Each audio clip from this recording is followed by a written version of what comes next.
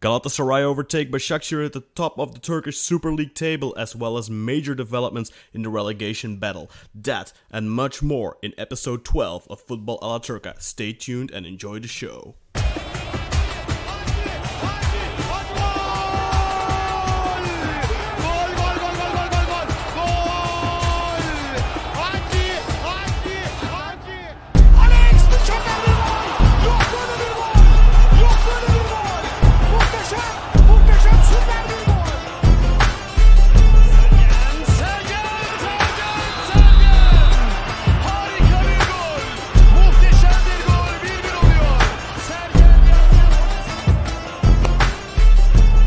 So guys, what a week in the Turkish Super League. My name is Kaan and I'm joined once again by Burak, Sezgin and Özer Dincer. Özer, you must be over the moon. Burak, I'm sure you're basically uninterested. The season's over for your has been over for a while already for your team, and you know what? Now the season's over for my team too. But Özer, congratulations to you, my friend. Your team, Galatasaray, overtake Basaksehir at the top of the table. And you know what? I didn't properly do my research, but how long have Basaksehir been at the top of that table? It must have been I can tell you. I have the number etched in my eyelids. 22 weeks. 22 weeks out of 31. So since match day 9, Basaksehir have been proudly at the top of the table. Of course, they still are at the top of the table, but currently on level points with Galatasaray, and Galatasaray have the better goal differential with plus 39, if I'm not mistaken, and Basaksehir's goal differential is plus 27. So it's likely all going to come down to the match day 33 matchup between both Galatasaray and Basaksehir, which will be played at the Türk Telekom. What do I call it these days? Because of course, call it the arena. Yeah. Call it the arena. Yeah. At the Türk Telekom Arena. So that's gonna be the slobber knocker of the season, probably, unless of course Basaksehir's slump continues. And let's get right into it, because their slump did continue this week. On Friday, the first match that was played was Basaksehir, and they played away against Sivasspor, and that match ended in a scoreless draw. Now, it should be said, Basaksehir were the team taking most initiative. I don't know if either of you gentlemen managed to catch this match. I watched it start to finish. First half was mostly Basaksehir. Second half still, but Sivasspor really wasting their opportunities on the counter. I don't know if the replay or the highlights, so to speak, on B, and I think barely anything was shown on it from Sivasspor. Maybe one opportunity that they had one big chance, but there was more than that. But that's just the kind of stuff that doesn't get shown in highlights, because you know the types of failed counters where you're in a 3 versus 2 position or a 4 versus 3 position where they just play it out poorly. And we saw the week before Göztepe really hurt Basaksehir on the counter, but Sivasspor weren't able to exploit Basaksehir. But it could have been worse for the then league leaders, but it finished 0-0. Another frustrating match for them. They haven't won since losing to Besiktas couple of weeks ago, 4 weeks ago now, and I think the devastating effect of that loss continues to make itself being felt, and Basaksehir are just slipping right now, guys. Burak, did you expect them to lose points again away at Sivasspor, who don't really have anything left to play for? No, I was expecting them to bounce back, having squandered a lot of chances. I thought, okay, they're away to Sivasspor, not the easiest place to go to, because you look at where Sivasspor are in the league and their run of form, it's not been too bad.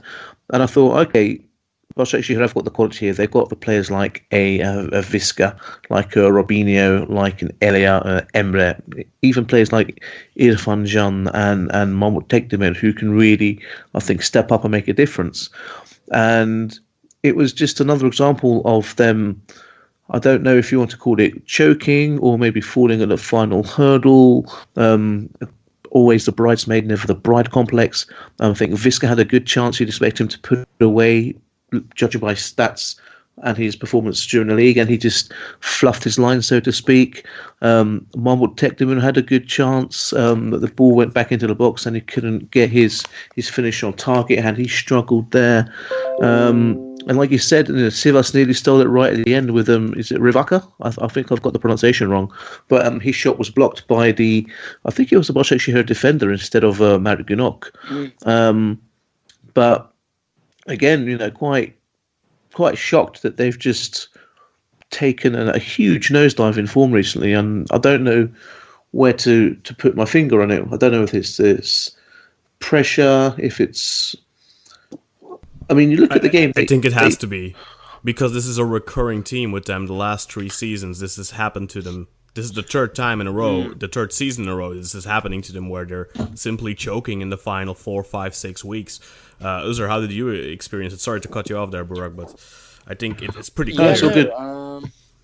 Well, I mean, it's in the past couple of episodes, we mentioned kind of almost jokingly that the impact of Ekrem İmamoğlu becoming elected mayor of Istanbul has had an effect on him, insofar as every day that he was in office, they failed to win a match, so they were only able to amass 2 points out of a possible 12. But I think, as Kaan alluded to, you think they'll start winning again now? Then, well, I mean, that's a possibility, and I just want to say that now, before we publish this, before they go out and play the next game at the weekend, now that İmamoğlu has been stripped of his legitimate powers. But anyway, I think that the bottling factor is something that we've seen over the last couple of years. And I think that in itself is not necessarily down to the lack of quality in the team, which they have a lot of quality. I don't necessarily even think it's down to Abdullah Abcı's abilities as a coach. I think really it is down to the lack of pressure from fans. Like, these guys don't have anybody to impress. These guys show up week in, week out at home and in front of a couple of hundred fans tops. Like, every time they lose a match, who do they come out and be accountable to? Who do they come and apologize to? Who do they come and explain the situation to? Nobody. Nobody gives a damn. No one's listening. And this inferiority complex is what leads this team to bottle it at the end of every season. That's my belief. It's my belief a few years ago, and it seems like it's carrying on now. And I think that is going to continue until the rest of the season. And I think for Basaksehir, there's a very real danger that they won't even finish in the top 2. At this point, before I hand over the reins back to the host, I just want to say that I know I'm contradicting myself, because I said a couple of weeks ago that these guys had it in their palm of their hand to win. But I could not have foreseen this kind of capitulation. I think we all of their form. I think we all agreed on that. I'm absolutely, truly shocked. Yeah. Shocked.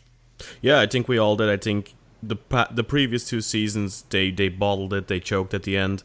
I think last season was their season. I think this season was again their season. Two seasons ago they were playing. They were up against a very strong Besiktas side that had superior quality in the squad, I think. But last season and this season, I think in terms of squad depth, they aren't necessarily weaker than Besiktas and Galatasaray. So I think these 2 seasons, they really truly bottled it. I think last season they were the favorites for a long time. This season again, more than last season even. And especially given the fact that who they are up against, Galatasaray are playing a pretty mediocre season. Besiktas are playing below average, if you look at the entire season. And still they're giving it away now. I think I said that before, 35 points in the first half of the season is what they got. Looked impressive because the rest of the teams were struggling more. But 35 points in the first half of the season for an aspiring champion is not impressive by any stretch of the imagination. And I think once again, they had an impressive run there between January and, well, last month, I guess. And that was an impressive period. But the first half of the season, they really didn't impress me. And now again, we're seeing them. They peaked too early, I think, is their problem, perhaps. But let's move over to the next match, Ankara against Çaykur Rizespor on Saturday. This match, more or less interesting for that 5th spot battle. Çaykur Rizespor is one of the teams that is in contention for that place. Ankaragücü are kind of still looking down, but they're kind of safe too. So they're kind of looking up at the same time. So an interesting match of two teams that have been in form. I think two of the hottest teams in the league right now, Ankaragücü and Çaykur Rizespor. This one ends 2-2. Goals here coming from Dario Melniak in the 26th minute, putting the visitors ahead. Ilhan Parlak then equalizes right before the hour mark in the 59th minute. Mikhail Pazdan puts the host ahead in the 85th minute with his first goal in Turkey, the Polish international. But then Vedat Muric with a penalty in the 90th minute clinches a point for Çaykur Rizespor and keeps their hopes alive to an extent for 5th place. We had a goal from Vedat Muric disallowed while the score was 1-0 in favor of Çaykur Rizespor in the first half, and also the penalty was awarded by VAR. So 2 VAR decisions in this match. Just quickly gonna throw to you guys because I don't want to waste too much time on this match because it's not really that important in terms of how we're at the end of the season. So we're going to focus mainly on the bottom and on the top of the table. So quickly, just your thoughts on the matter. The disallowed goal from Muric, Burak, and also the penalty that they got. What do you think of those 2 decisions? Disallowed goal is correct, and that's going to form a theme of some of the discussions. He was offside in the build-up to the goal. So, according to EFAB rules, I am a man of the law. It is a correct, but we've seen that in a few games this weekend where it wasn't given, so that'll be interesting. As for the penalty, for me it was just like soft contact. He made the most of it, but if you're going to do that in the penalty area, the player, it's his prerogative to go down and try and look for a penalty.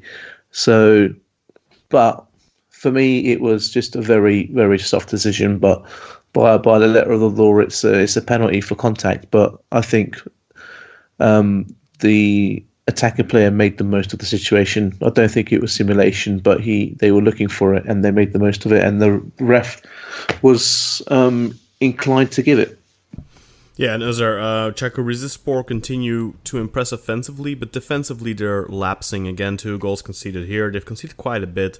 They're safe, of course. They're looking up more than they're looking down. Well, they don't have to look down anymore. But do you think with a little bit of improvements in the summer, should they aspire to qualify for Europe next season, with maybe a little bit of defensive quality injection, do you think they could actually make a proper run for European tickets next season? Next season? Potentially they could if they keep their coach. Okan Buruk has done a really sterling job with Rize. I agree with you that they need to fix up their defense because it looks like a lot of their game plan is quite reliant on Vedat, who we have spoken about to a great extent in the last month and a half, who has been one of the MVPs of the league. He's single-handedly carrying the team up the table. But if he can get reinforcements in defense, then I think they can have a legitimate chance of getting at least in the top 5. They have good, decent fans. They're able to fill out their small stadium. Good team, good attacking play. But absolutely, they need to fix their defense if they want to do that. And hold on to their best players, which might be tricky. Right. Exactly. Yeah. Absolutely true. Yeah. Muric will definitely attract some attention. Fenerbahce might be looking for a proper striker in the summer. I doubt that Besiktas and Galatasaray would be interested, but I could see Trabzonspor being interested because I have it on good authority that Hugo Rodallega has an agreement with a Colombian team, which name eludes me at the moment, but I think I tweeted it out a couple of days ago, and apparently he's going back to Colombia, so they'll be in the market for a striker, and I think Vedat Muric would really suit a team like Trabzonspor, taking that next step in his career. I think going to Fenerbahce right now might be a mistake for him. I think he should probably make a stopover in Trabzon first to see if he can handle that step up. I don't know if you gents agree. I agree. I just wanted to pull it back to your exclusive about Hugo Rodallega going back to Colombia, because it would be a shame if he did that. He has a lot to. I believe it was Santa Fe. Right. Okay. Because he adds a lot to Trabzon going forward, and they're going to be in Europe next year. So I would have liked to have seen Trabzon hold on to these guys. But as for Vedat, he's only 25. Yes, he's 25, in a yes. great form at Bursaspor. Apparently he holds Turkish passport as well, Turkish citizenship as well. Yep. So he has kind of, on paper, he has a lot going for him. It's just one of those cases. Is this one of those guys who can make the jump from an Anadolu club to one of the big elite teams? That's the question that's always on everyone's mind when a player like this makes a jump. But, no reason why not to take the gamble on Vedat. So, yeah. If he makes the trip to Trabzon, then I don't see why he can't become. If Rize would be willing, of course, to sell him to Trabzon, because there's some bad blood there, of course. But it's true. Independiente Santa Fe, by the way, where Hugo Rodallega has a pre-agreement for a contract for next season. His contract expires in the summer, and I think that would be a logical move for them. A younger striker. At who's about to peak or is peaking, whereas Hugo Rodallega is still quality for the league, but I think that if they want to take that next step and become true title contenders next season, which I think they have the potential of being with the squad that they have, given a couple of improvements, I think they should make that move. Rodallega isn't the player that he was 2-3 years ago. He's still good, but not at that level. But let's move on to the true important match on Saturday, which was a huge game. This one was almost to say for all the marbles. Erzurumspor, Bursaspor. Erzurum, probably their last chance to get a really big win over a rival. Bursaspor, their chance to get out of the relegation zone again. And Bursaspor bottled their chance. Erzurum take full advantage. They win 2-0 in the heights of Erzurum. Samuel Eduk here getting the scoring started in the 76th minute. And then Hakan Arslan doubling the score in the 84th minute. And that goal may prove to be important because that gives Erzurum the edge in the head-to-head with Bursa. Meaning that if they would both end on level points and one of them would be above the bar of relegation, that team would be Erzurumspor and not Bursaspor, because Bursaspor have given away the head-to-head advantage, which was they won the first game with 1 goal differential. But there's a couple of talking points here. Not a lot of attention was paid to this, but Erzurumspor player Pierre Kanstrup was given a yellow card in the 3rd minute of the match, which seemed to me it was on the edge of the box, like literally on the edge, and it was a last man fall, I think. I think that could have been easily a red card. Cüneyt Çakır showed him a yellow. Bursaspor were not happy with that, of course. I'm going to throw that to you first, Özer. Did you see it, and what do you think about it? Yeah, I did see that. Again, I thought it was one of those 50-50s, to be honest. I thought Cüneyt Çakır generally had a decent match in this. I thought this was a 50-50. Seen him given... I know it's a bit of a cop-out response to your question, Kaan. But... I mean, it's either it's a last man fall I'm actually or watching. not. I'm actually watching it again right now as we speak. He does appear to be the last man. Mm-hmm. So probably the correct decision would be toward that, right? in that case. Yeah, I'd say so. But I think generally, I mean, Bursa. Again, 2 weeks ago, I want to rewind back to our episode 2 weeks ago where we spoke about Bursaspor and Göztepe. Mm-hmm. Bursaspor were the team really putting in the shift, doing everything they can to try and get out of the relegation zone. They just couldn't finish, they couldn't score, whereas Göztepe were giving nothing. Such a difference 2 weeks makes, because suddenly Göztepe won twice in a row against first game against Basaksehir, of course, and now Bursaspor getting thrashed in this relegation scrap battle. I mean, these are guys who won the championship less than 10 years ago, and they're in this terrible situation. It's just, I mean, they're done for. They look like they're done for. They played really, really disappointing football. Yeah. It can turn so quickly, but this should be a mental blow for them. But who knows? I've been saying that for a couple of weeks. Burak, what did you think of that position? Was that a red or a yellow? Did Cüneyt Çakır make the right decision? For me, I think he got it right with a yellow, and I'll tell you the reason why. I think initially I thought, hang on, that he's the last man. How is he not sent him off? But then looking back at the replay from different angles, the Bursaspor player, the ball leaves his foot at quite a rapid pace. So when you're looking at it, he's had an awful first touch there. So it's like flown off his foot and it's going off to the side and he's chasing it. And should he catch up with the ball, he's not going to be in a clear goal scoring opportunity. He's going to be off to the side of the penalty area. And I don't know how that is defined in the EFAB rules, but a red card is for a clear goal scoring opportunity, and maybe Junaid didn't see that as a clear goal scoring opportunity, even though the Erzurum defender was the last man to bring him down. But he evened that out throughout the course of the match with some other shocking decisions. Old Cüneyt Çakır, and he's currently refereeing Liverpool-Barcelona, and Liverpool are currently 3-0 up in the 58th minute. So you're full of shit. No way. Is that true? It is true indeed. So from the heights of Erzurum and Bursaspor to Liverpool versus Barcelona for Cüneyt Çakır. That's incredible. Of course, obviously, we're lifting the curtain. We're recording this during Champions League time, and Özer already protested because yesterday we couldn't record because Burak had a wrestling obligation. Or another wrestling trip, how do you want to... Oh my god, I can't believe he's right. It's 3-0 for Liverpool right now.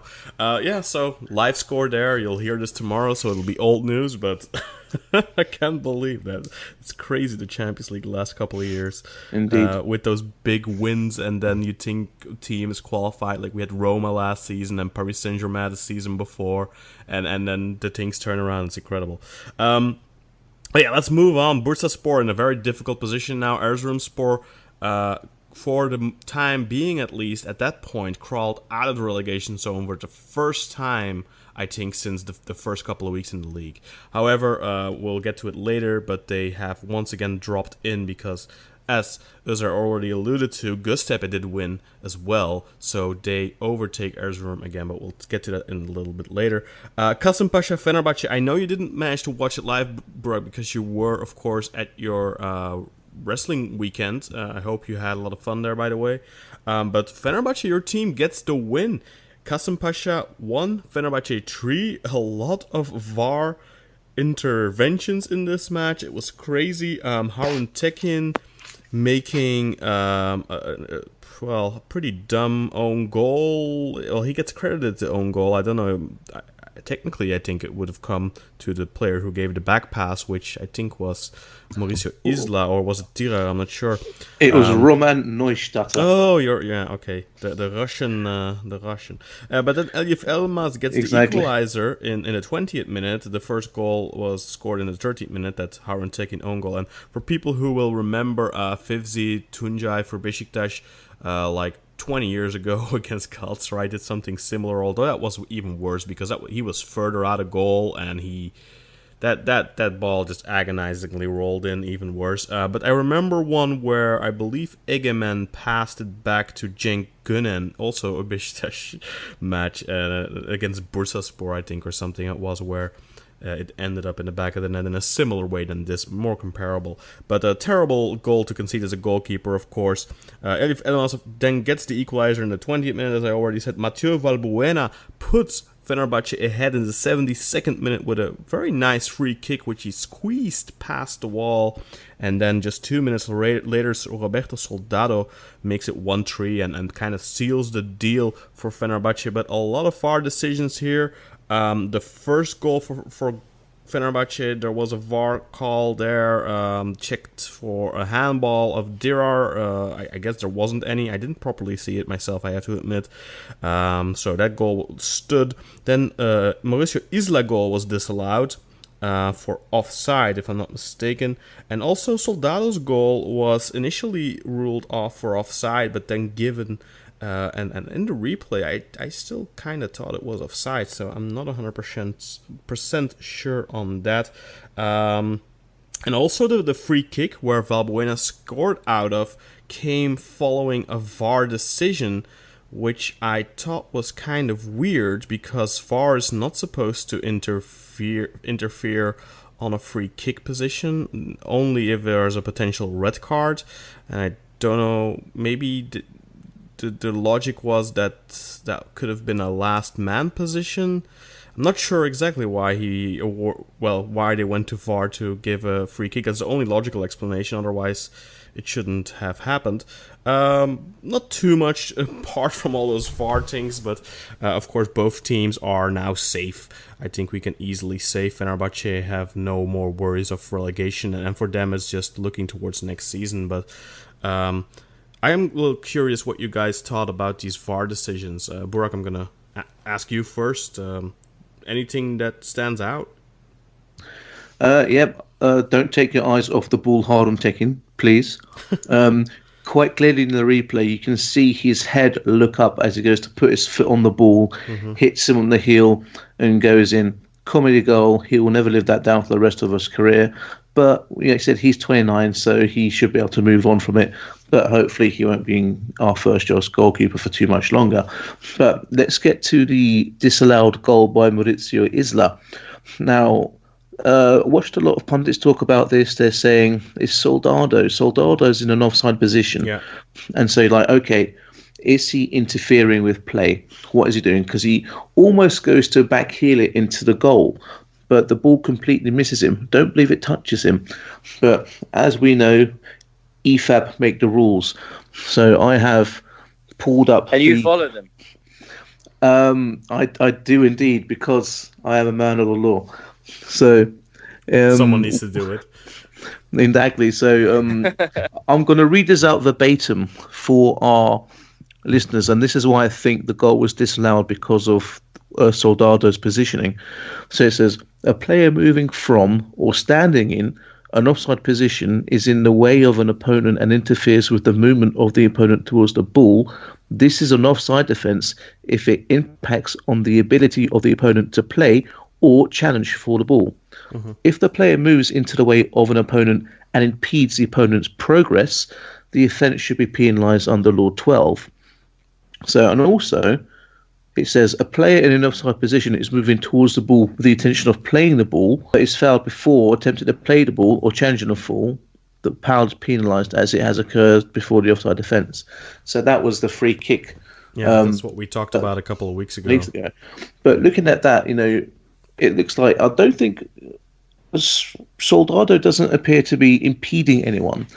No, he's in front. He goes to backheel the ball into the goal. He's going to. He's making a play, right?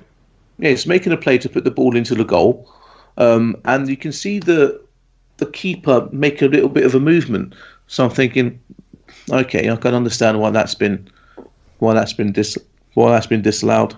So that was my decision on that. And as for Val being a free kick, I think it was a potential red card, because he took a hand to the face.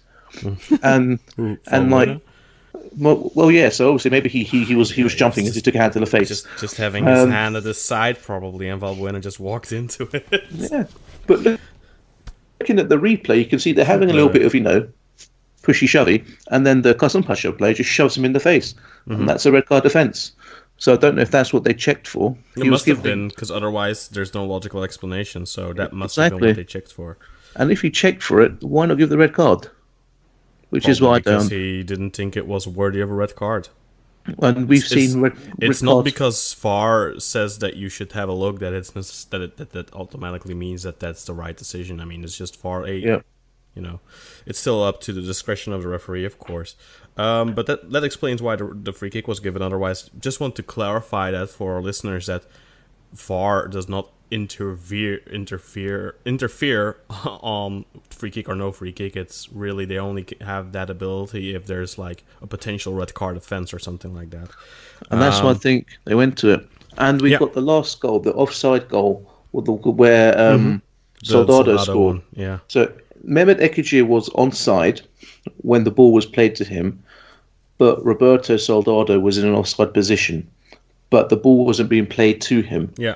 So Ekici receives the ball and then plays the ball into the centre to Soldado, who's now onside. Yeah. Reminiscent of the Ruud van Nistelrooy goal in 2004, I think it was, where he was straying offside the entire the entire play, except for at the very end when he got a back pass and tapped it in, and everyone in the world was up in arms. I don't remember exactly who he scored against, but it was Euro 2004, I believe.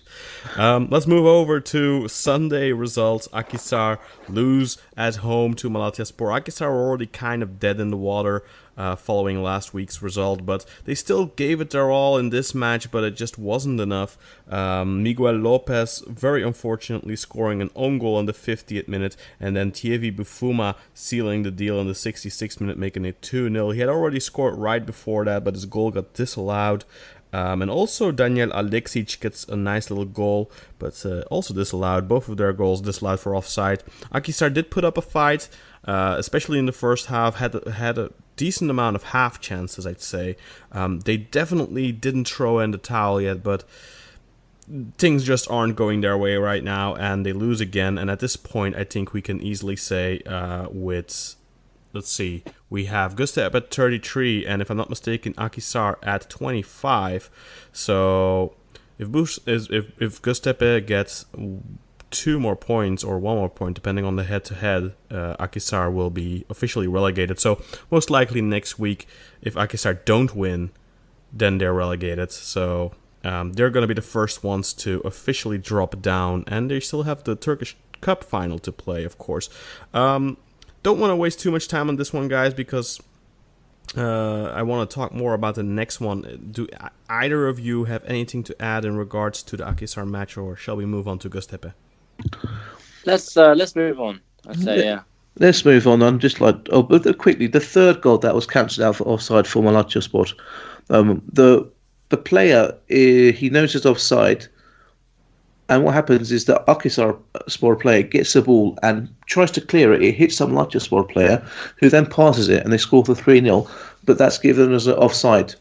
That's because I think the IFAB rules, as we know, it says, can a player who interferes with play after a rebound or save be given offside? Yes. Interfering with an opponent or play after a rebound or save is clearly an offside offence if the player was originally in an offside position. So that clears that up. So why you should go on Mastermind as your specialist subject, IFAB rules. So why did Antalyaspor's goal against Besiktas not get allowed in the beginning of the season, where Adriano played the ball, but Dukara was offside? But because Adriano played the ball, supposedly the offside was lifted or something. Because we weren't doing this podcast, and I don't think, and they weren't as aware as the IFAB. Yeah, but they changed the rule at the beginning of the season, where if a player a defender intentionally plays the ball, and a player is another player is in offside position, but due to that play, the ball ends up with him. The play goes on, or some total counterintuitive decision, but that's apparently a rule. That's a rule they changed at the beginning of the season. I remember Umut showing me the rule change, but I don't know if it's the exact same situation here. So, well, we're here now. We're out here saving lives. So yeah, let's if it happens again next season, we'll definitely dig into it. Now, let's move over to Göztepe Antalyaspor. Göztepe, the team that also looked dead in the water for weeks, suddenly seems to be full on revived, because after beating league leaders Basaksehir last week 2-0 on the road, they now smash 5th placed Antalyaspor 4-1. Serdar Gürler getting the score started here from a free kick in the 11th minute, and he also got a second goal in the 72nd minute, which was the 4-1. Mevlut Erdinç had equalized in the 18th minute, again scoring. I think that's his 13th goal of the season, if I'm not mistaken. Then Deniz Kara puts Göztepe back ahead in the 35th minute from the penalty spot, and he also made it 3-1 in the 65th minute, again from the penalty spot. There was also a red card for Charles Fernando. Fernando. Charles. He got booked twice. He got the first yellow card in the 55th minute, which was the first yellow of the match. Definitely a right decision there, though. And then he got booked again in the 58 minutes, so 3 minutes later, and that one kind of seemed a little harsh, I thought, because he was making a legitimate play for the ball and seemed to win it. And then it was also a fifth goal that was disallowed from Deniz Kara for offside, so his hat-trick was denied. But I think the biggest talking point is possibly the first penalty, because there's a header that hits the defender's arm, if I'm not mistaken, and it kind of looked like ball to arm, although there's a movement by the defender, a reflex, I think. So ultimately, probably the right decision by the referee. But a huge win for Göztepe, and they now move clear of the relegation zone. They are 1 point above Erzurumspor, who are on 32 points. Göztepe now on 33 points. So 1 point separating them. So it's gonna be Erzurum or Göztepe most likely. Although we still have Bursaspor Göztepe coming up soon. So it's still all to play for at the bottom there. But Göztepe get themselves out with a second win in a row. Özer, I'm gonna throw to you because I know you're gonna be happy about this result.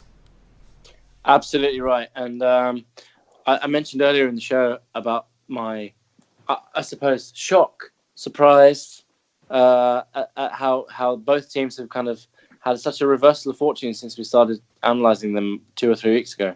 Göztepe are suddenly on fire, absolutely on fire, and they're out of the relegation zone, like you said, and looking pretty good value for it too. I mean, Göztepe Bursa that you indicated to that's coming up soon. I would love to watch that game because Göztepe have the wind in their sails right now, and 4-1. I actually thought I didn't actually watch this game live, but I thought, wow, that's quite a flattering result. But having seen the highlights, extended highlights, it looked like Göztepe really did actually deserve the result, the flattering result.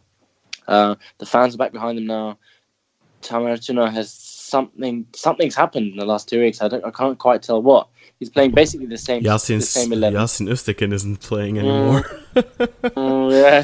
Cameron Jerome effect. Yeah. Cameron Jerome effect. I just want to say it was nice gesture from the Antalya players who lifted up the jersey of their neighboring club. Cheluchka, of course, a fellow Czech.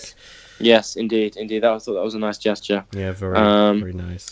And I'm happy for Göztepe and happy that this relegation race is going to go right down to the wire.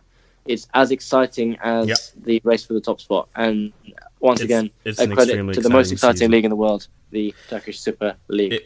I cannot deny it. It would have been slightly more exciting, perhaps, if the next match ended in a different way. But let's quickly gonna throw to Burak before we get to that match. The first penalty call. Would you agree with it, Burak? No. I thought the penalty that Cüneyt Çakır didn't give for Bursaspor was more of a penalty than this. I think the penalty he didn't give in the Bursa match, the guy leaned in with his body. His head was stationary, but leaned his body in to move his hand towards the ball. Whereas this one was more of a... That was for Erzurum, by the way, right? That penalty, the potential penalty. Yeah, potential penalty for Erzurum. Not that they needed it in the end. But for this one, Mete Kalkavan gives it. And like you stated, I think it was a clear ball to hand, very harsh. And also a shout out to Boffin of Antalyaspor. He's had a good few weeks. And then he goes crazy and brings down who else but Cameron Jerome to give the penalty. And also, what a great goal by Sardar to make it 4. And that was, if you play FIFA, that was an R2 finesse finish all day long. So check that goal out. It's worth it. He's been a good get for them, getting him back from, where did he go in Spain? Huesca, I think, right? Yeah, that's right. Yeah, Huesca, yeah. And he came back to Turkey because he complained about the fact that nobody in Spain spoke either English nor French. Which I thought was quite funny. Well, I'm kind of baffled that nobody speaks French in Spain. Yeah. But Göztepe do what they needed to do, and for the moment they're safe. But let's move on to the main event of Sunday. And I already congratulated Özer, of course, because this one ended 2-0 to Galatasaray. I'm going to have a little bit of a rant on this match, not because of what you think I'm going to have a rant about, I think. But goals here come from Henry Onyekuru in the 44th minute, and then Fernando in the 55th 85th minute, and he scores. That's his second goal against Besiktas because he scored last season too, if I'm not mistaken. He got the scoring started, so a less annoying version of Felipe Melo for us. I don't mind Fernando scoring because he's a clean player, so to speak. It was a lot more difficult to take when it was Felipe Melo who had, that he elbows your player in the face, should have gotten sent off, and 5 minutes later he scores. So that's a lot more frustrating than this is. Özer, before I'm gonna throw it to you, I just have to get this off my chest. Please. Şenol Güneş, can you please F off? Oh my god. 6 matches in a row. Besiktas wins 6 games in a row. And what does this clown do? He puts in Necip Uysal for the starting 11. Besiktas, all 6 games that Besiktas have won in a row have been without this person. His entire team that he has played last week was available. Why on earth do you start that clown? He's a ticking time bomb. He had a terrible match. He did one good thing in the entire match. One good thing. That was a really nice tackle in the middle of the pitch where he won the ball and started a counter. And of course, Bülent Yıldırım decided that was a foul because like he did throughout the match. Every time Besiktas won the ball, it was a foul apparently. But that's neither here or there. But Şenol Güneş really, he had Besiktas starting here like scared little mice. I don't understand how you can do that in a match where you have to win. Because let's not forget, Besiktas were a point behind Galatasaray. This was a must-win match for Besiktas if they wanted to win the title or if they wanted to lay claim to second place at least. And you start like Konyaspor would in Türk Telekom Arena. You start it with a mindset of let's keep that 0 until halftime, and then maybe in the second half we can hit them on the counter, or maybe we can get lucky on the counter a couple of times. I think just tactically a complete and utter failure by the coach. I think he proved his team and his players a huge disservice here.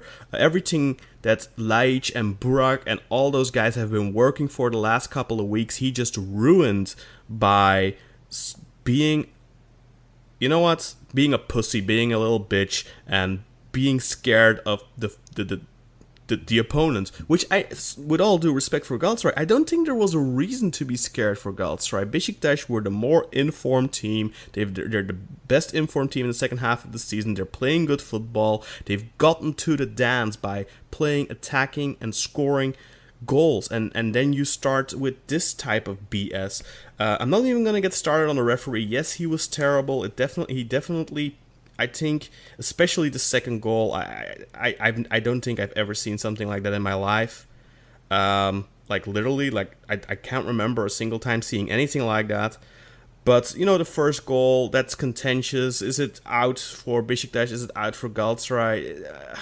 You can't complain about that. I think first make sure you're not complaining while you should be defending, and after that you can complain once the play is over. But you're just dropping everything and running to the referee in a figure of speech, and then just you're allowing a goal. It's dumb. Whether it's your throw-in or it isn't, and I think after watching the replay a million times, I'm still not sure. So I don't think you can blame the ref there.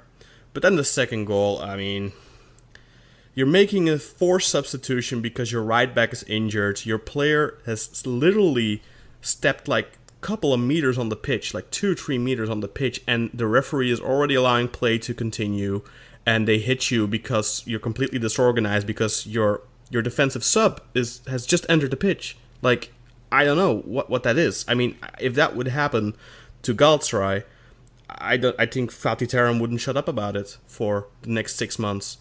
In fact, I'm pretty sure about it. But that's all I'm going to say about the referee. I think Besiktas lost this match pure and simple because Şenol Güneş was a coward. End rant. Özer, go ahead. Well, to be honest, if you had thrown to me first, I couldn't have resisted. I would have gone and basically said the same stuff that you've just gone on to say there. The biggest surprise for me of that 90 minutes was how unadventurous. Okay, I'm going to say it, how cowardly I'm going to echo what you said, how cowardly Şenol Güneş set his team up. Because Besiktas were playing exquisite football the last 4 or 5 weeks. 6 weeks, I think you said. 6 weeks. 6 weeks on the trot. And I mentioned 6 wins in a row. 6 wins in a row, right. And I mentioned in the last week's episode that Besiktas had all the form and the trajectory of form in their favour. And had the win, I think I said something like, had the league gone on for another 10 games, they would have won the league, given the performance they were putting in. They were playing some lovely football. Suddenly, Şenol Güneş decides to change that and throw on your man, Necip Uysal, who did absolutely nothing, contributed absolutely zilch in the game. He lost every single ball. I mean, the guy, I don't know, he has some fixation for Necip Uysal. And that's been going on for years. But for Galatasaray, I think they played okay. I mean, we played well. We probably deserved to win on balance. Yeah, I think you definitely deserve to win. You're the only team that was interested in playing football. Yeah. And I think the first goal was a really nice move, really elegant attack, and it was a nice goal. What do you think of the second goal, though? If that would happen to your team, how would you feel? Oh well, listen, I understand what you mean, but I don't think that any rules were. No, it's not about rules. It's about fair play, and I'm not talking about Galatasaray's fair play. I'm talking about the referee there. The referee. You don't allow play to the whistle. I mean, kids are taught at the age of 6 to play to the whistle. So that if there's going to be someone who's the villain here, it's got to be the ref. You're forced to sub off an injured player in defense, and and the guy is walking on the goddamn pitch, and he blows his whistle, and bam, you're giving a free counter. I don't know if this event had a material impact on the game, because either way, Galatasaray would have won this game. I don't know. Because all the momentum was in our favor. Besiktas were coming out of the gate strong in the second half. They were pushing, they were pressing. Galatasaray was under pressure there, and that was the perfect moment to kill the game. I think the referee killed the game there. I don't know. That was unnecessary. I'm not saying Besiktas would have gotten back in the game. I'm not saying Besiktas would have won. I'm not saying Galatasaray would not have won. But it's unnecessary for a referee to basically give almost a free goal scoring opportunity to the opponent. That's not okay. There was a lot of discussion about the referee after this game, and I thought a lot of the criticism was unfair, especially when you consider that the referee disallowed a goal for Galatasaray. Oh, but come on, Özer, that goal that took 5 minutes to disallow, it was clear from the first 10 seconds that he was offside. It was like they were looking for some loophole to allow it. That was absolutely ridiculous. I think if you say you're looking for a loophole, that's asking for a little bit of trouble there. I think that's a little bit unfair. Look how long they took to disallow that goal. How clear was it that he was offside? He was like a meter offside. Yeah, but I think the question was about whether or not he was interfering with play. And I agree that on balance... How was he not interfering with play? He's getting the ball played into him, and he's the one scoring. Yeah. Then we had the penalty. They had the penalty disallowed. Yeah, which was correct. Just something else was on my mind. The second criticism of Şenol was not playing Shinji Kagawa. I mean, Shinji Kagawa is one of your best attacking players. A, so on the pitch, he's going to make a difference. And B, off the pitch. Well, we've been building this whole Japanese derby thing for weeks and months now. Japanese paid a lot of money to get. Yeah, but he's been debunked. I mean, he's basically been sabotaging that since day one. He's not been playing Kagawa as he should. I know, exactly. I agree, but why? I mean, why? What the hell? Because he's a stubborn mule. I mean, this guy. I mean, honestly, Şenol Güneş sabotaged. I'm not necessarily the result. He's been doing that the entire season. The performance of Besiktas. Yes. Now, Galatasaray does not take away my point of that second goal, though. Oh, okay. Well, look, I don't want to focus. I know our listeners are dying to hear what we're going to say about the Galatasaray thing, and I just want to cut things off right here to illustrate to our listeners the sacrifice that we make for them on a weekly basis to deliver the show. Liverpool currently are 4-0 up in the Champions League against Barcelona. With Brock's totally watching. I heard his TV. To go. And we're here recording live this podcast. And we're missing a miracle. Absolutely legendary, epic match of football. With a B team almost, because Origi is up front. There's no Salah, there's no... Exactly. There's no Sané, I think. Not Sané. Mane. No, Mane was yeah. playing, but I think he actually still is playing. But then There's no Firmino. There's no Firmino, right? right. Firmino and this is actually relevant to our show because there is our favourite Turkish ref on the pitch, Mr. Cüneyt Çakır. So yeah, I'm kind of a bit jaded. I'm seeing a lot of red and yellow on the pitch as well. Barcelona's away kit, Liverpool's home kit. So I can't tell if I'm talking about Galatasaray or this match. I'm going a little bit crazy over here. But Galatasaray, after 22 weeks, go top of the league in what is a mega psychological blow to Tayyip Erdogan FC. Sorry, Basaksehir. But I do have to say though, Özer, I don't think because I think for me, Galatasaray deserved to win this match. Besiktas deserved to lose this match. Does not mean the referee wasn't shit. Referee was terrible. And you can't say because he disallowed a goal and because he retracted a penalty that he wasn't shit. No, what I'm saying is, I'm saying he wasn't as shit as other referees has been in the past because his decision did not, in my opinion, have a material impact on the game. It's not like he gave a penalty that made it 1-1 or something. He can't do that anymore because of VAR. I think referees can't just do that anymore. There's a certain degree of gentlemanly. There's indirect, and this kind of thing. There's direct but and indirect. But it did not have a material impact on the game. Of Therefore, course I think it did. all this focus on the referee is too much. And we talk about the referees often too often in Turkish football, and we don't talk enough about football. I don't mean on this podcast, thankfully. Yeah, but I mean, if his decision leads directly to the second goal, of course it has a material impact on the match. You can't. I mean, how can you not argue? But the Besiktas guys didn't even put up much. Of course not, because they were all on yellow cards already. Because they got booked because of the first goal where they protested. It's not because they don't protest that's not wrong. If he waits 5 seconds and lets Adriano take his position on the pitch, then most likely that goal won't happen because the only reason that happened is because the entire back line was still reforming. Najib was moving to right back, Adriano was moving to left, Janner was moving up top. There was so much movement. I'm still not convinced by that as that having a material impact. I still think the Besiktas guys were just caught off guard.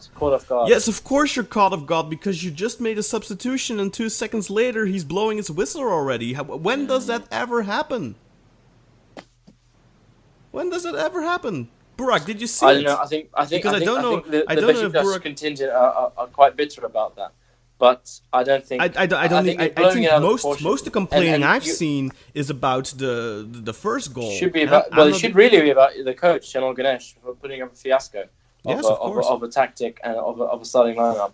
100% agree. You just got to give it to what I him. said. I'm not complaining about the first goal at all, but the second goal to me, that's mind-boggling. That's just I've never seen that. I've never seen that in my life. In 20 plus years, I've never seen something like that. It was just most focus is on that first goal, which I don't understand. That this should be on that second goal, which is just. I don't know, just a farce. I don't know, Burak, did you see it? Because I don't know if in the highlights it's properly shown. It's not properly shown, but I've watched it and I've just put my popcorn down. I've taken out my earplugs. Having heard you guys going backwards and forwards like McGregor and like Nate Diaz over here.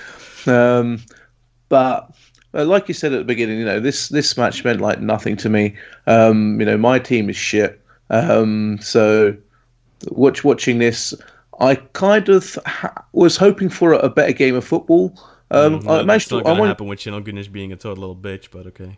I managed to watch a little bit of it because I had the digital Play app on my phone, so I was watching it whilst in the historic Alexandra Palace in North London, and I thought that the one thing that also strikes me is like Burak got kicked in the face, and the guy didn't get booked for it.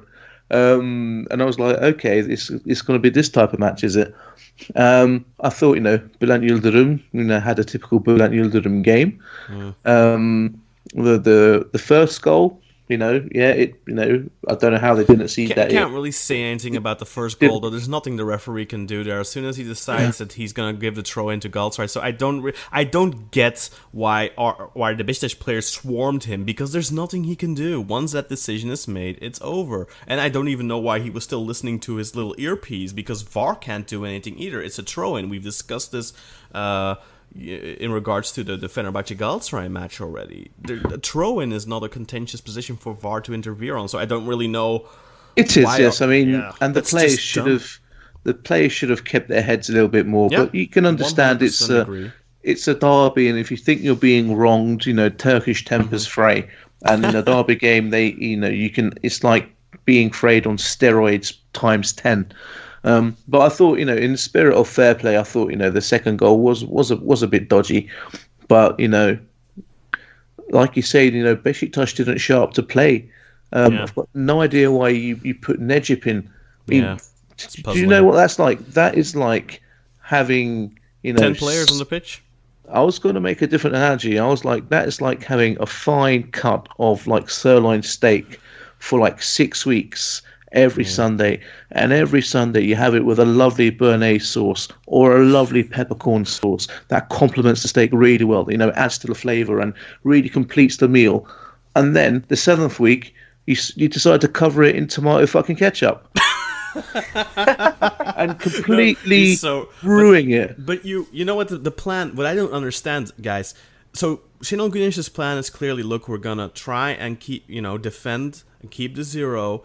I think he put Necip on to either stop Belhanda or stop Feguli. I don't know what his logic is, but his plan is clearly, look, we're gonna try and hit them on the counter. But if you're gonna try and hit them on the counter, maybe you want to have a guy in midfield that can play a fucking forward pass. I mean, I love Dorukhan, I love Atiba. Dorukhan's a great box-to-box player, and Atiba is a great defensive midfielder / distributor of the ball laterally. But he's not the guy that's going to give a splitting pass to rip open the opponent's defense. You're putting Laic on the left wing. I didn't even see Laic in the first half. He's completely taken out of the match by that decision, so I don't get it. Why don't you just put either Kagawa in midfield or you put Laic in midfield? Look, Kagawa came in the 75th minute and immediately he felt his presence felt. Made his presence felt. He immediately had an impact on the match. He started creating some chaos in Galatasaray's third of the pitch, and obviously at that point it was far too late. It was already 2-0, but like Özer said, how do you not start a player? Or at least bring him in at halftime? And how on earth does Necip Uysal play 90 plus minutes? How is that possible? So he takes off Caner, I believe, a guy who, even if he's playing a shit game, can still give you one good cross and maybe you get lucky. He takes Caner off. He takes Dorukhan, he took off.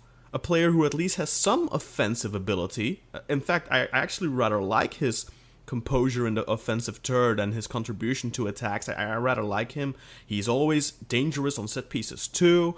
But no, you take Dorukhan off, you take Caner off. Who else did he take off? I don't know. But he leaves Necip on. It's unbelievable. It's baffling. And the reason, look, I'm putting it entirely on Şenol and his decisions, and not just that, of course, obviously players can still make the best of things even if the coach is messing things up, but I do want to point out, I think the referee was terrible, and I think some Galatasaray fans are just going over it like it was normal, but it wasn't, guys. Come on, there's been a lot more complaining from the Galatasaray side of things for months now on far smaller things, I think, which are being blown out of proportion. Everyone's against us, blah blah blah. They've been putting pressure on the referees for months. I think here it hadn't had the desired effect. Does not take away that even if with a proper referee calling it properly down the middle, I still think we would have lost simply because Şenol Güneş was a coward.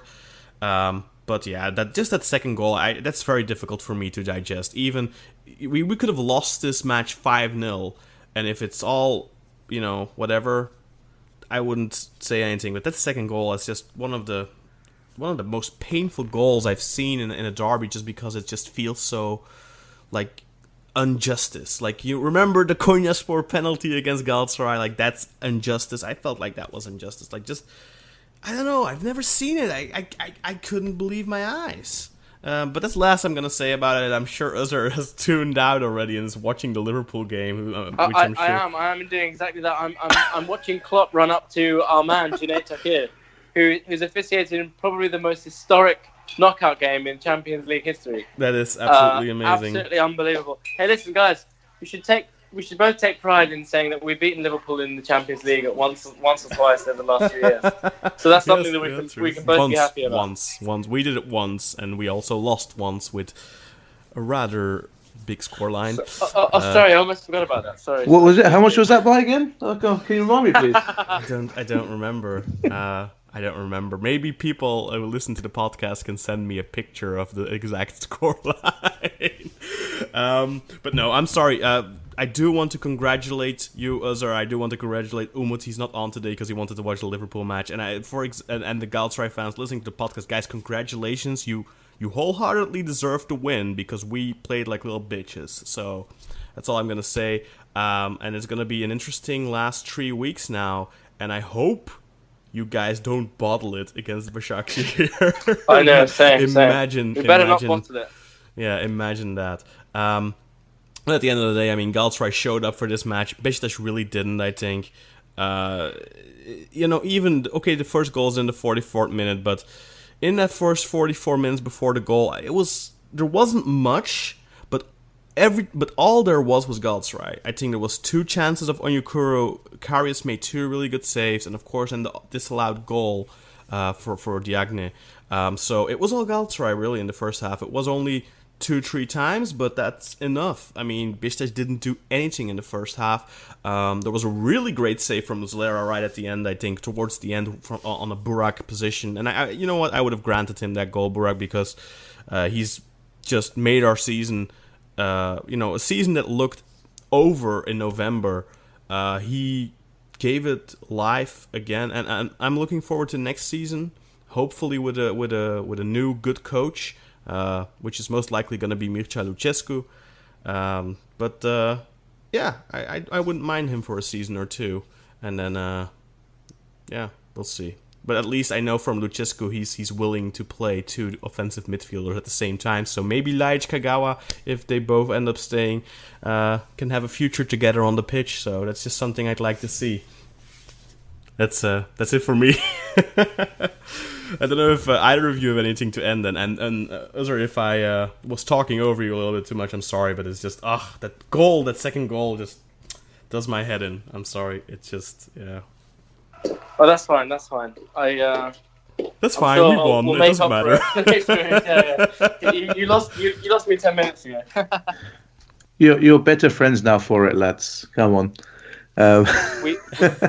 We've been through some hard times together. We've known each other. We have known each other for a long time. I think close to a decade probably. Harkening back to the forum days, the SFN days, the soccer fans before Twitter. Days, so we've known each other for a long time.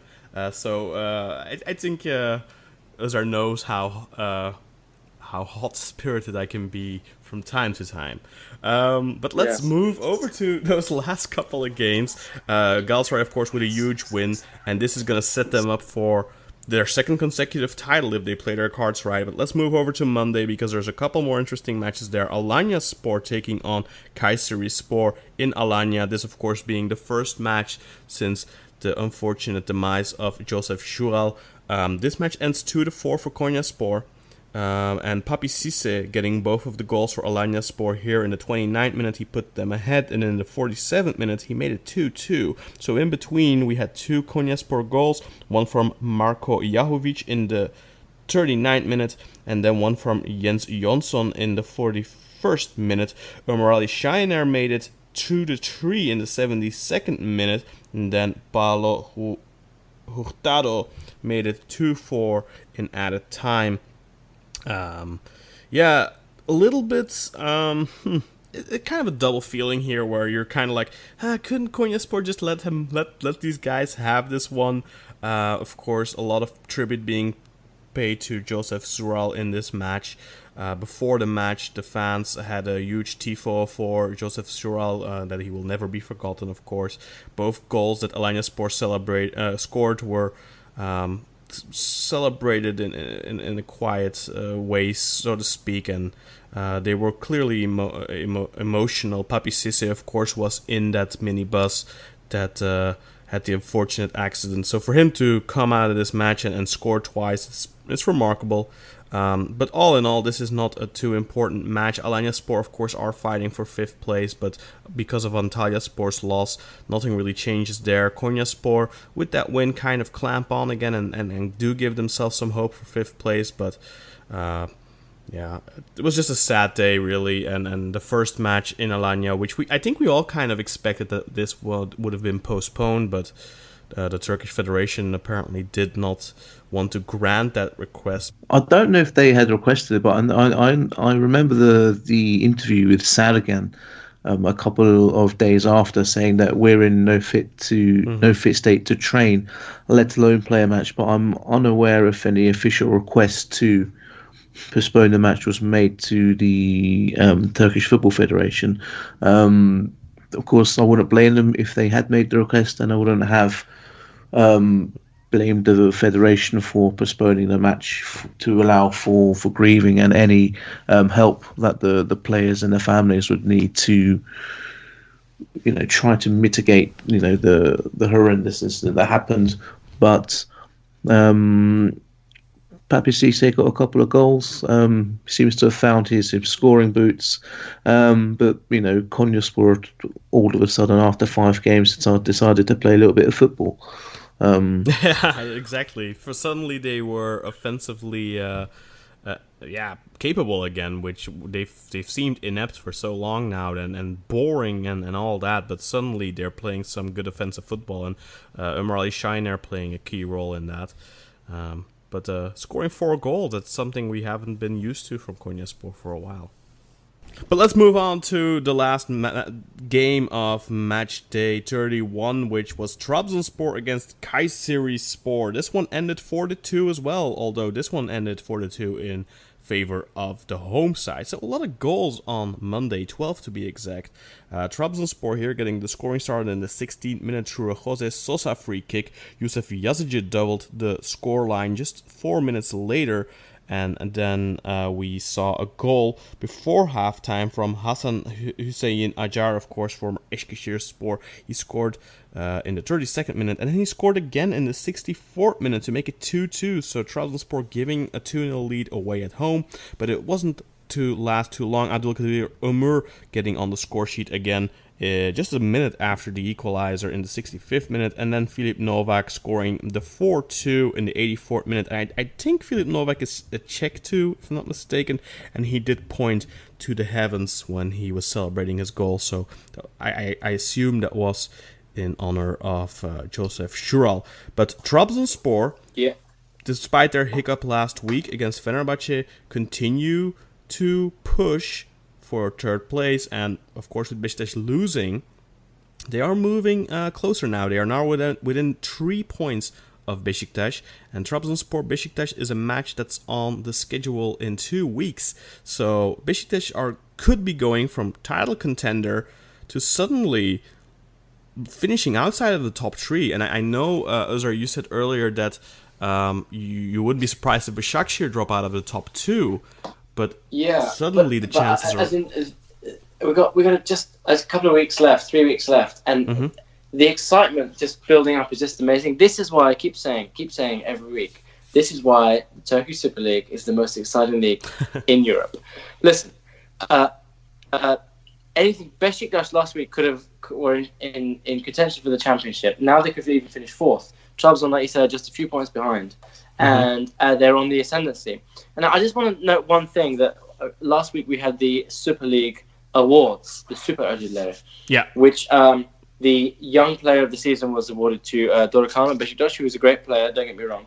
But I really would have expected one of the Abdülkadir's or Yusuf Yazıcı to have got that award. No. And sure enough, both Abdülkadir and Yusuf showed up and turned on the charm this weekend against Kayseri. I think the problem is with both Abdülkadir's, they've kind of like Abdülkadir Ömür has been out of the team for a long time. He's just getting back in.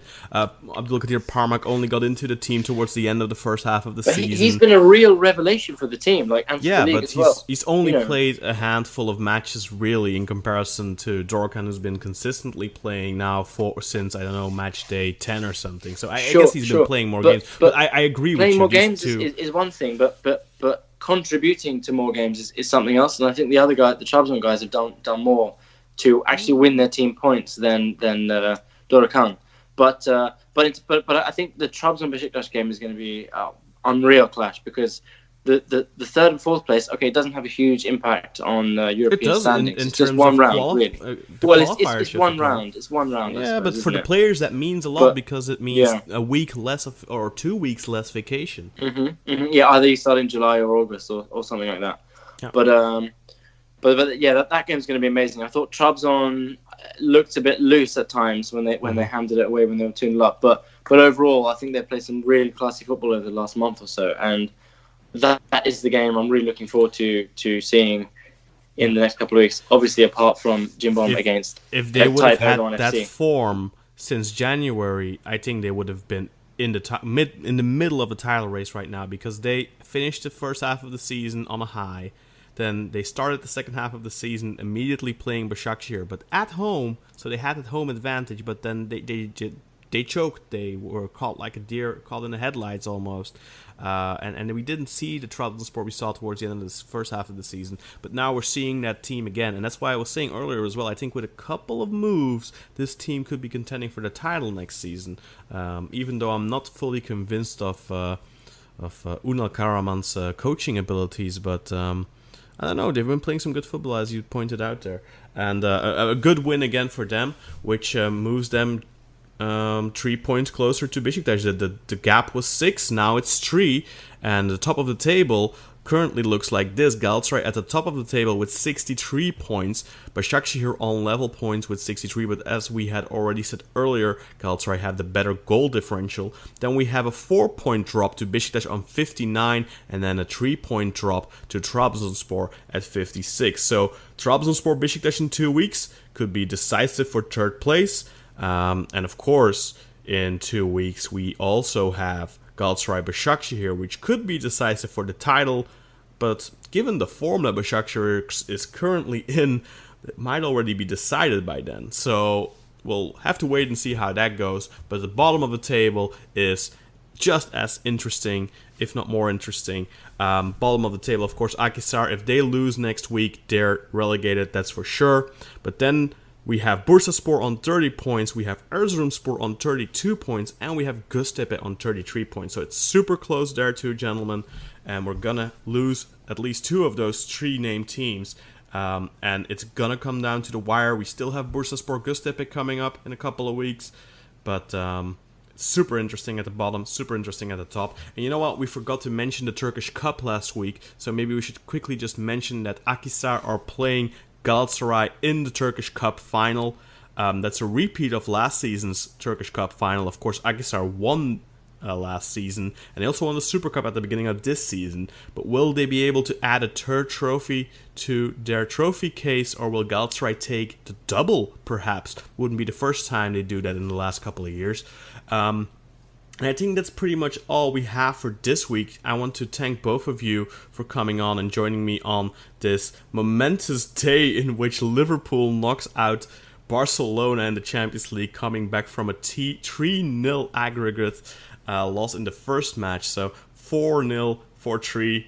I want to thank both of you for missing that bit of history in order to record this. We all make big sacrifices. In fact, I'm recording. We do it for you, listeners. We do it for you. We do it for you, yeah. And in fact, I'm recording now when it's my girlfriend's birthday, so I'm a terrible man. But thank you all for listening. You can find our Twitter handles and all that in the show notes. If you want to send me that picture of that result that we alluded to earlier, feel free to send it to me on Twitter. I will just block you and never talk to you again. No, in fact, I really don't care. But you can tweet me, you can tweet Özer, you can tweet Burak, and you can, of course, tweet the show if you have any questions, any talking points for next episodes, anything like that. Feel free to hit us up. Guys, thank you very much for joining us for episode 12, and we'll be back next week with matchday 32 results. And that's it for us for today. Thank you. Thank you, guys. See you next week. Thank you, everyone. May the spirit of Hasan Ali Calderum live on in you all. I thought it was Hasinho Alinho Calderino, or what it was. That's Calderimovic. Brilliant. That's his special name for when he scores a special goal. That won the best goal in the Super League, I may add, of the awards. God, what a farce. That's a good goal. It was a good goal, but it was not the best goal in the season. Come on. It was the best goal the Super League has seen in the last decade. I don't know what you're talking about. Hasinio Alizano Kaldurumovic. Koçum benim.